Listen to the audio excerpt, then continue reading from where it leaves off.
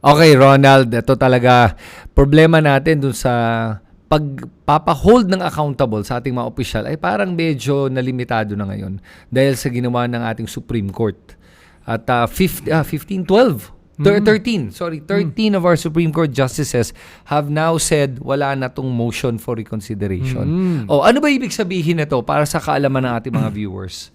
Ibig sabihin, yung decision nila last year para patayin yung impeachment ni Vice President Sara ay final na. Sealed the nail on the coffin, parang ganon. Dahil maganda kasi yung motion for reconsideration na final nung Congress at that time. Dahil very surgical yung ginawa nung ating Solicitor General. Una, kinokorek yung mga facts. Yes. Sabi kasi ng Supreme Court ay wala daw nangyaring botohan sa plenary according sa ABS-CBN. So sabi ng ABS-CBN, wala kami sinabing ganyan. Ito yung minutes, ganitong minuto, ganitong oras, nagdesisyon ang plenary. Tapos yung sinasabi nila na yung mga araw, yung mga session days. Ang sabi ng Kongreso, matagal na ang definition namin ng session days, continuing. Yes. 'Di ba? Hindi yan yung araw mismo. Yes. No? Bakit nyo i-impose sa amin yung definition nyo ng araw? Yeah. Meron kaming definition. Dahil kami ay co-equal body Oo nga. No? Constitutional body na co-equal tayo Ba't kayo makikialam? Oo. 'Di ba? So, medyo matindi itong decision nito, no? At ang malala dito, no, parang ganito yung ginawa ng Supreme Court. Parang may basketball game ito, rules. Tapos nanalo na. Binago yung Pagkatapos nanalo, sinabi ng referee, time out. Sabi niya, mali yung ginawa niyong rules. Kasi ang rule, hindi yan ganyan. Dapat ganito. Teka lang, yung sinabi, ito yung ginagawa namin dati pa May bagong rules na pala. Ba't di mo sinabi sa amin? Tapos retroactive, di ba? Parang pambihira naman. Kasi yung nangyari dito, Ronald, nung una nilang ruling, okay, sinabi nila,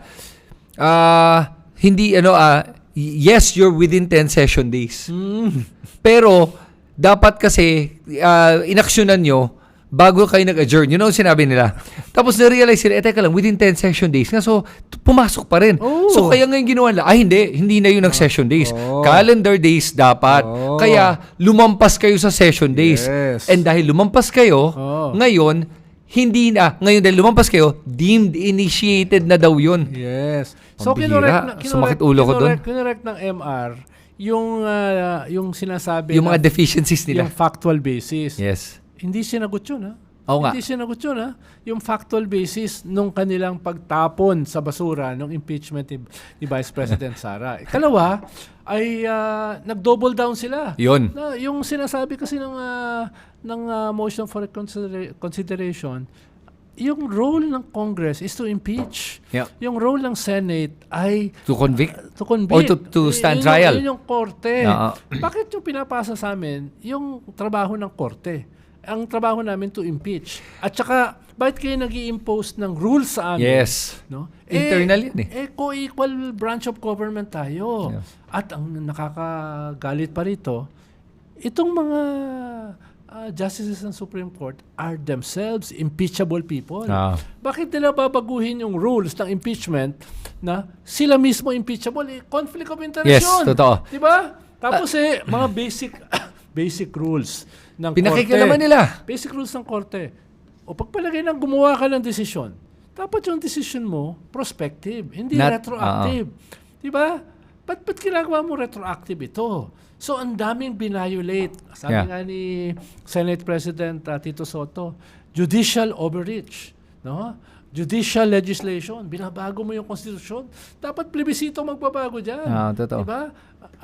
Kaya sabi ni Tito Soto tuloy, sabi niya, yung impeachment tuloy, impossible dream na.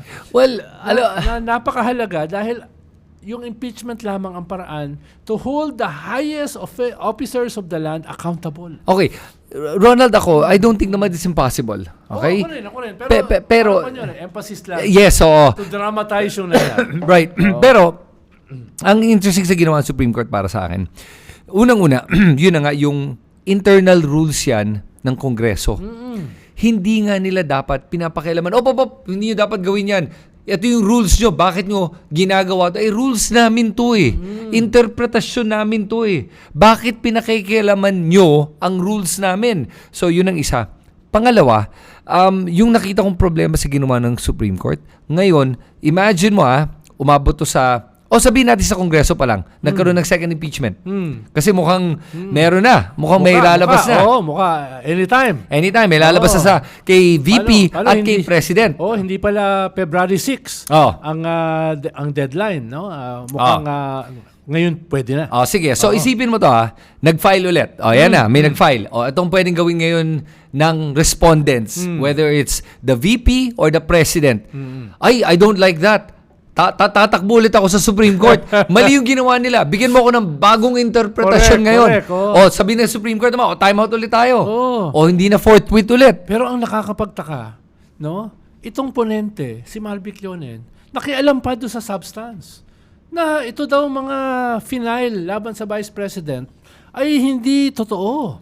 Alleged, allegations lang daw to. Mere allegations. Yun lang ang purpose ng impeachment para makita kung ito ay totoo o hindi. Bakit ikaw ang nagsasabi? Totoo. Tsaka paano ka naging spokesperson ng Vice President? Yun, Ponente ka eh. Yeah.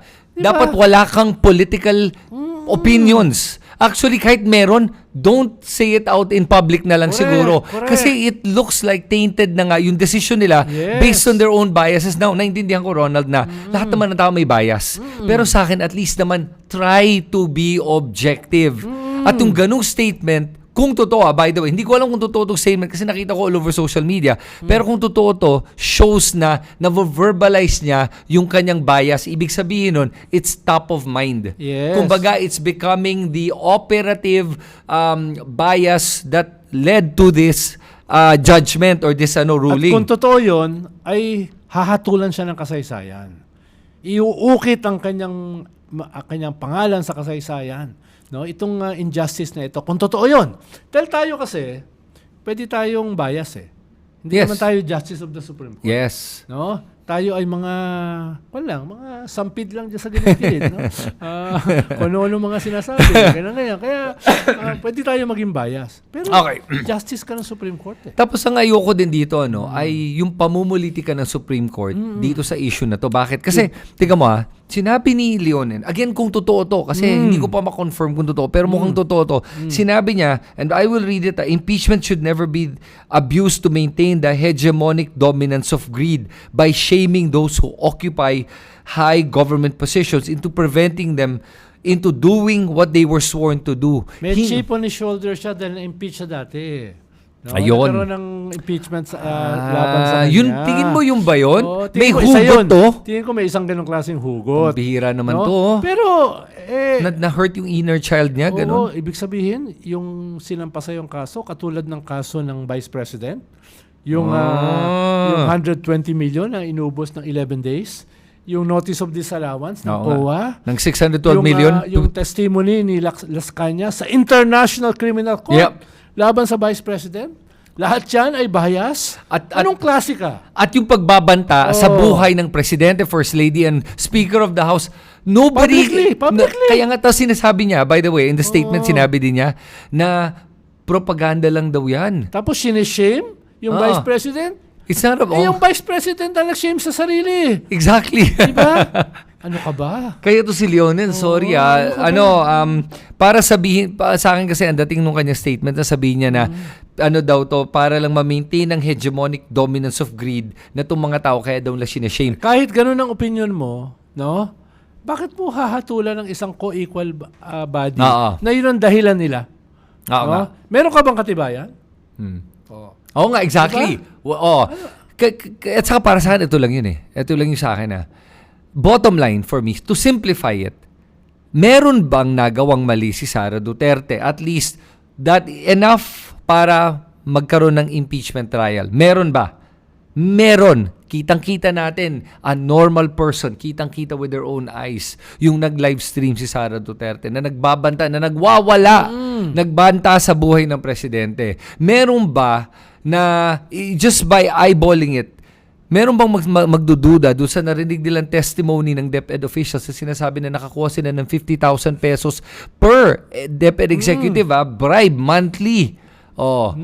Tapos meron bang hindi maniniwala na nakita yung 125 million na kinuha nung kanya security officer na hindi naman dapat?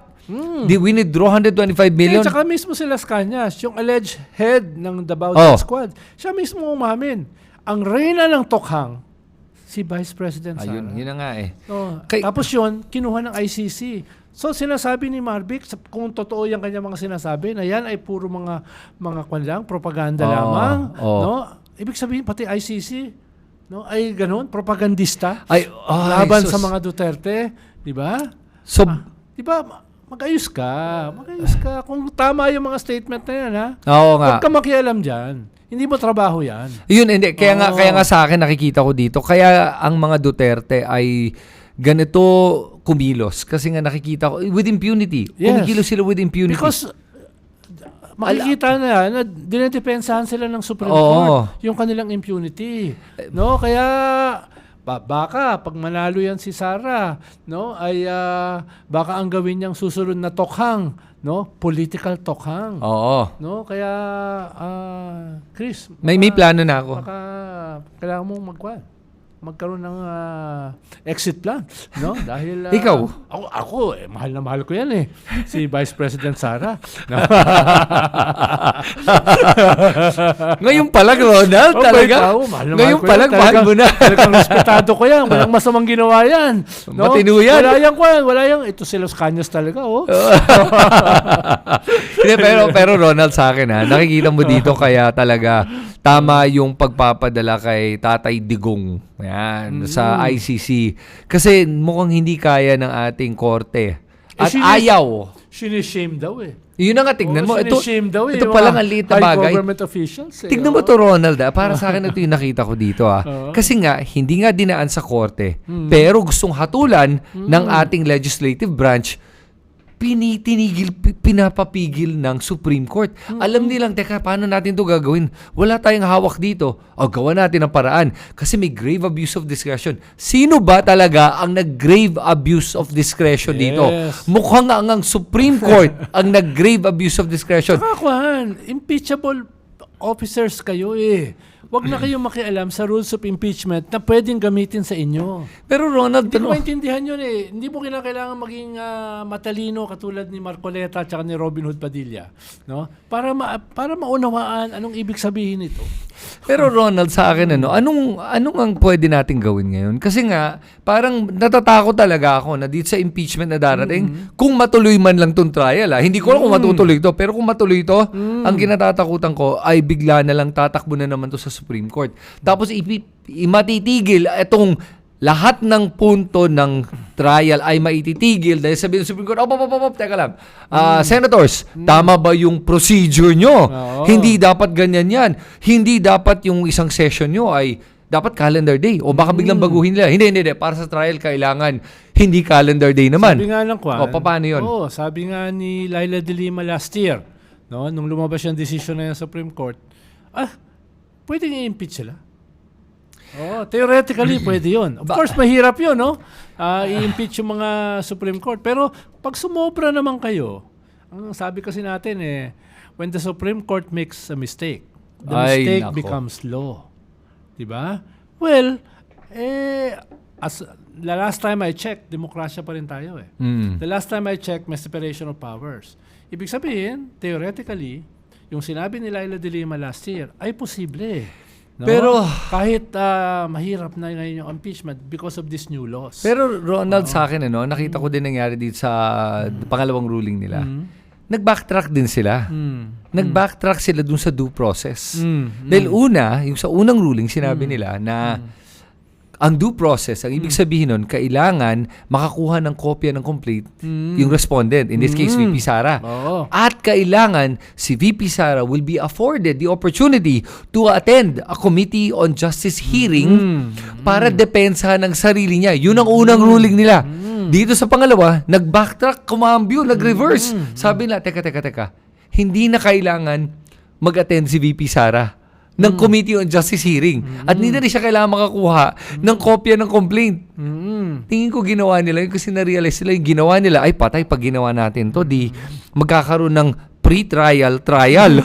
At mahuhuli na, kailangan ipakita daw lahat ng ebidensya Oo. sa Committee on Justice. Oo. At kailangan depensa ni VP Grabe. Sara. O di pa paano yan? Hindi naman trial court ang Kongreso, di ba? Oo nga eh. Very glaring yun. Di ba? Yun. So, nag-backtrack sila kasi natakot sila na di parang mauumpisa yung trial prematurely bago pa umabot sa Senate. Yun ang isang ginawa nila.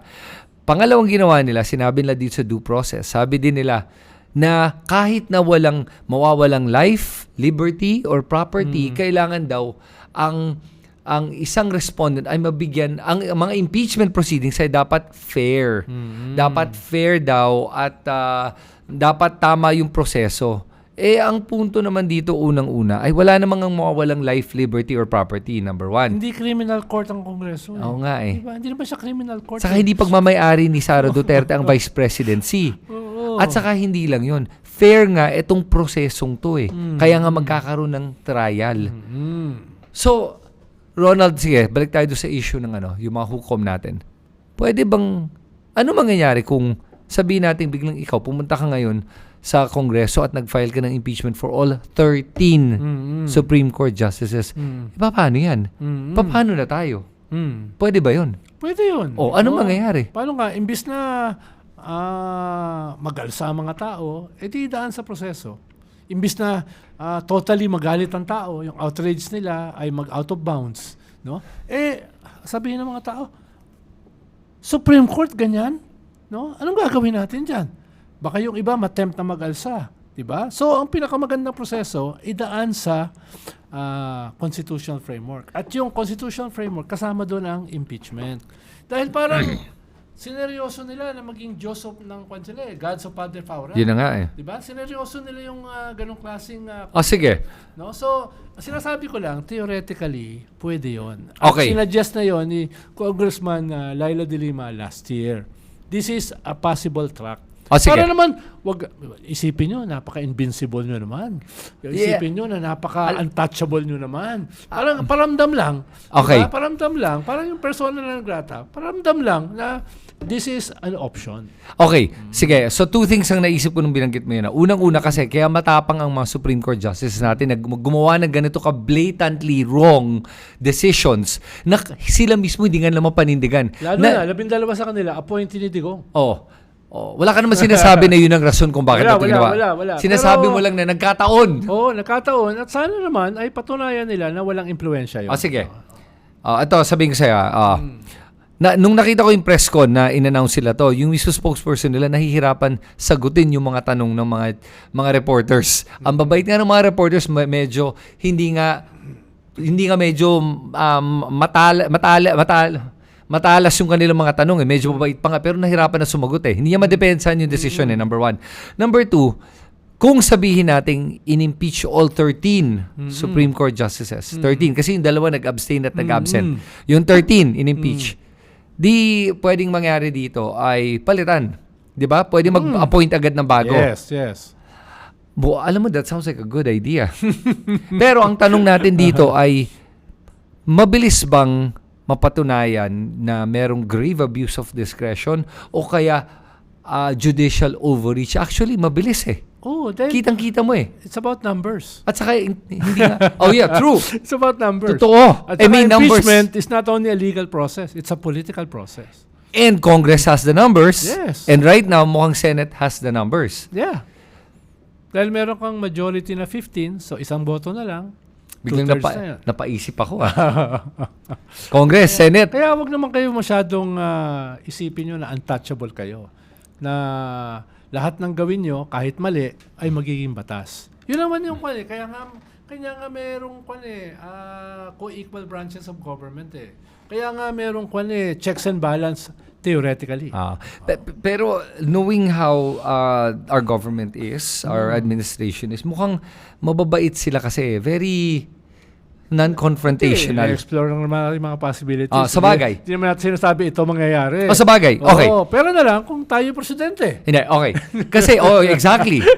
Sa totoo lang, kung ako presidente, I will exercise that option. Kaya okay, again, sinasabi ko lang to na, of course, co-equal branch. Hindi naman natin sinasabi yung executive ay may hawak sa Senado Wala. o sa Congress. Wala. Wala. Pero sinasabi lang natin ay pwede naman kasing mag-usap ang dalawang department at or branches, sabihin nila, gago naman talaga to eh. Ano ba, pwede ba tayo mag-usap at gawa natin na parang pwede naman, di ba? Okay.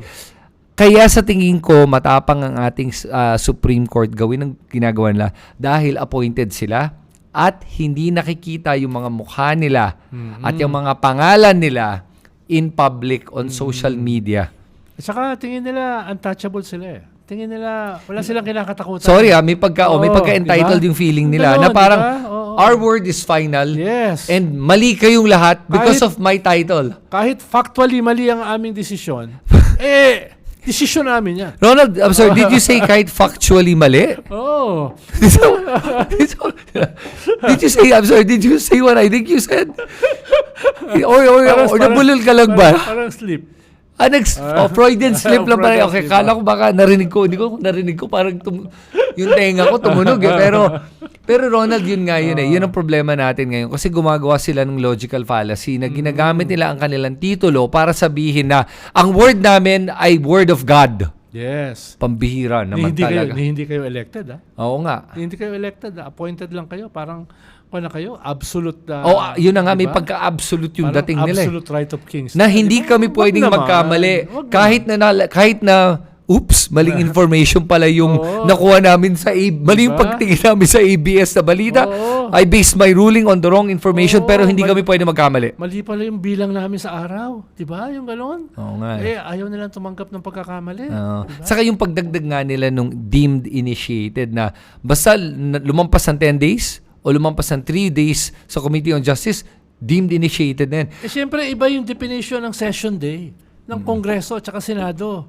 Iba yung definition nyo sa Supreme Court. Ba't nyo i-impose yung definition? At hindi lang yun, Ronald. Ang problema kasi dito, doon sa ginagawa ng Supreme Court, yung punto kasi o yung spirit ng impeachment is for accountability. Yun ang reason kung ba't meron yun. Ginagawa nila, pagsasabi na itong mga 1-year bar rule, ay pinalalabas sila na pag maraming impeachment complaint, hindi na dapat magkaroon ng impeachment. Yes. Mali yun eh. Ang punto na to ay para hindi maharas nga yung impeachable officer. So isa lang ang pwede. So kahit marami, basta hindi ibig sabihin wala nang pwedeng impeachment complaint, kailangan matuloy pa rin yung isa. Ang nangyari dito, tinigil lahat. Sana hindi na nila ulitin yan dito sa taon na to. Dapat may matuloy na impeachment. Basta tama yung proseso. O sige, sabi nga ng Kongreso, bilib ako sa Kongreso natin eh. Very diplomatic pa nga sila. Sabi na, sige, we'll follow. They don't have to follow the ruling of the Supreme Court, do they? Hindi kailangan. Sabi niya, teka, ito yung rules namin. Oo. No? We will follow our rules. Ang problema nga dito, yung forces of impunity, yung forces of reaction, gagamitin itong kanilang desisyon, no? Para guluhin yung ating sistema. Na gawin tayong less democratic. No, mahina na nga yung ating mga institusyon. Ang hina na nga ng ating democracy. Lalo mo pang papahinain. Saan mo itutulak ang mga tao? Yun na nga. Yun ang Kung walang tiwala ang tao sa ating mga institusyon, saan sila pupunta? So, tinutulak mo ang mamamayan, tinutulak mo ang bansa sa abyss. Hindi mo ba na-realize yun? No? Oo, na-realize nila wala lang talaga silang pake. Like you said, wala lang talaga silang pake. So, hay nako Ronald, hindi pa naman ako nawawala ng pag-asa at umaasa ako. Tingin mo ba this year magkakaroon tayo ng impeachment trial? Half full ka, ako yung half empty. Oo nga eh. Tingin ko doable eh, no? Dahil 105, 106 lang naman yung kailangan. Yes. Diba?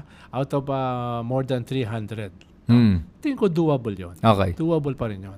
Pero kailangan na ayusin yung mga articles of impeachment at ayusin yung creatively yung rules. Paano sinasabi, in spite of this decision by the Supreme Court, meron pa rin counting space ang Congress para creatively gawing mas less hard yung impeachment process. At sabi nga ng Senado, kami handa. Pag umabot dito yan, forthwith na nga, oo nga eh. Gagawin namin yan. Hindi kami maghihintay ng 4 na buwan. Ibig sabihin namin ng forthwith, ngayon din. Pero Ronald pero meron tayong dito, may pwedeng mangyari. Sabihin natin matuloy itong impeachment. Napadala sa Senado, pero bago napadala sa Senado, nagkaroon ng bagong nagka-shake up. natanggal yung Senate President at nagkaroon ng bagong Senate President di composed of the Oo. minority. Lagi naman plano nila yan eh. Pero mukhang gusto nila mangyari yan Oo, yung- na tong taon na to Oo. para again maprotektahan ang mga Yung Trojan horse nga nila, Nagkatiwalian. si Pia Cayetano, binawi na nila. Pumunta na dun sa kwan. Pumirma dun dun sa Unlucky Oo. Nine. Yung 9 na Sumama pumunta na, sa oo resolution. Dati naman, malinaw naman na imagine mo naman yung head ng minority, si Alan Peter, tapos yung kapatid na sa majority. Oo nga. Malinaw naman na Trojan horse yun eh. Diba? Pero at least ngayon, malinaw na, hindi na siya Trojan horse. Ay nako. Oo, Trojan na lang. Trojan. Akala ko sabihin mo Or horse na lang. Oo. Hindi na Oo. Trojan, Oo. horse na lang siya. Oo, kaya- Bira. O sige. Mm. Okay, so ganun guys, umasan lang tayo na matuloy itong impeachment at walang magkarong pagbabago sa Senado, sa composition ng Senado at magkaroon na itong trial forthwith. And tanong ko sa iyo, Ronald, tingin mo ba both President and Vice President will be impeached? And if they are impeached, will they be convicted? Well, duda ako dun sa President. Dahil nga, Mahina eh. Dahil nga yung sinampa na kaso, yung isang Sobrang kaso, hina nun. ay kidnapping ni Digong at saka nga. yung drug use, di Oo ba, nga. etc. Parang ito namang itong ginawa ng DDS, walang endorser. Oo nga. Napakayabang nila. Pero may isa pa. Napakayabang. Tapos ikatlo, yung Makabayan Black. Oo. Pero yung Makabayan Black kasi parang culpability eh. Oo. Command responsibility. Yes. No, hindi pa rin wala yung smoking gun. Yes, totoo. Oo, yun na. Ano lang eh, kumbaga parang by the fact that you're the president, therefore you're responsible. Lahat ng kasalanan Sa'yo pupunta. Oo. Kahit na talagang pwedeng wala kang kinalaman dito, may nangyari. Hindi, command responsibility, Hindi ikaw pa natin rin. sinasabi na walang kasalanan ng presidente. Oo. Sinasabi lang natin, Mahirap at i-prove. least yung case as such, parang kulang. Totoo. Kulang sa smoking gun. Okay. Unlike halimbawa yung confidential fund Ayun. na ginastos in 11 days, 120 million. By Mary Grace Piatos. Tapos itong testimony ni Las Cañas, very Yes. concrete, no? Itong notice of disallowance ng COA sa DepEd, Yep. billions Yep. of budget, no? Ganun. So, yun, medyo smoking gun. Mahirap kasi yung culpability lang. Yes. So, pero tingin mo mako-convict? Si Presidente o si... Hindi, yung kay Presidente, sinasabi mo, baka hindi ito abot sa trial eh. Hindi ito mai-impeach ang sinasabi mo. Okay, VP. As such, kung ganito yung... Yes, I agree. Kasi nung tinignan ko rin, mahina. So, okay, VP Sara, mukhang ito, mako-convict. Ay, hindi, may impeach. May impeach. So, mas mahirap yung conviction. Dahil nga, 2/3 yung kailangan mo eh. Sa impeachment kasi, 1/3 lang. Yes. That's doable. Yes. Pero again, even if... Although, nagkakampanya na sila para sabihin doon sa mga congressman, all is forgiven. All is forgotten. No? Yung ginawa nyo last time na bumoto kayo sa impeachment, kinatay nyo ang Vice President. May ganun makakalimutan na. na namin yan. Kasi Pero- pwede kaming manalo pa rin. Ito Pero ang pag survey. bumoto kayo sa impeachment, yari kayo sa 2028 dahil sigurado mananalo kami. Yun ang pinapalabas Ganun na. sila. Oo, Kaya ganun na. nagpapakita ng strength ngayon ng mga Duterte. Yes. Ngayon, kinakalat pa nila dahil na-hospital yung presidente. Delikado yung buhay ng presidente. Yung pa. No? Lipat na kayo sa amin. Parang Ganun, kasi bago pa mag 2028, baka may maging bagong presidente na. Ang bagsak ang approval rating ng presidente, kami mataas, lipat na kayo. So, ganun. Yan ang labanan. Yan ang labanan, di ba? Kaya pala nagpapapogi itong mga to sa Yes. mga kababayan Kaya natin malalakas ang loob. Pero ni isa wala nag-endorse. Oo nga Malakas naman ang loob, di ba? Mismo si Sabi Paulo nila- Duterte hindi nag-endorse. sabi nila, At yung mga secret. kamag-anak nila. Oo, sabi nila, secret may mag-endorse. Wala nag-endorse. Grabe naman, mga traidor naman itong mga to sa sarili Diba? nilang partido. Kawawa naman si Topacio. Napahiya Kawawa tuloy. naman si Jing Paras. Kawawa naman si Raul Lambino. Kawawa naman si Chavit Singson. Oo nga. Tsaka sino ba yung babae? Mike Defensor pa at saka si Cathy, Bigay. yun, Binay, Cathy Binay, Cathy Binag. Binag.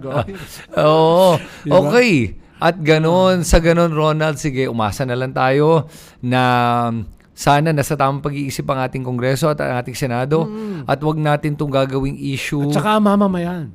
ng sa Magmatsyag sila. yan, kailangan natin bantayan. Hindi lang sila nanonood. dapat nagbibigay sila ng pressure. O yun. So, ang pagbibigay ng pressure, guys, ganito yan ha. Sa pagko-comment sa mga videos sa tulad nito. Sa pagpo-post sa inyong social media. Sa pagko-contact sa inyong mga kongresista at mga senador para malaman nila kung ano ba talagang gusto ng taong bayan.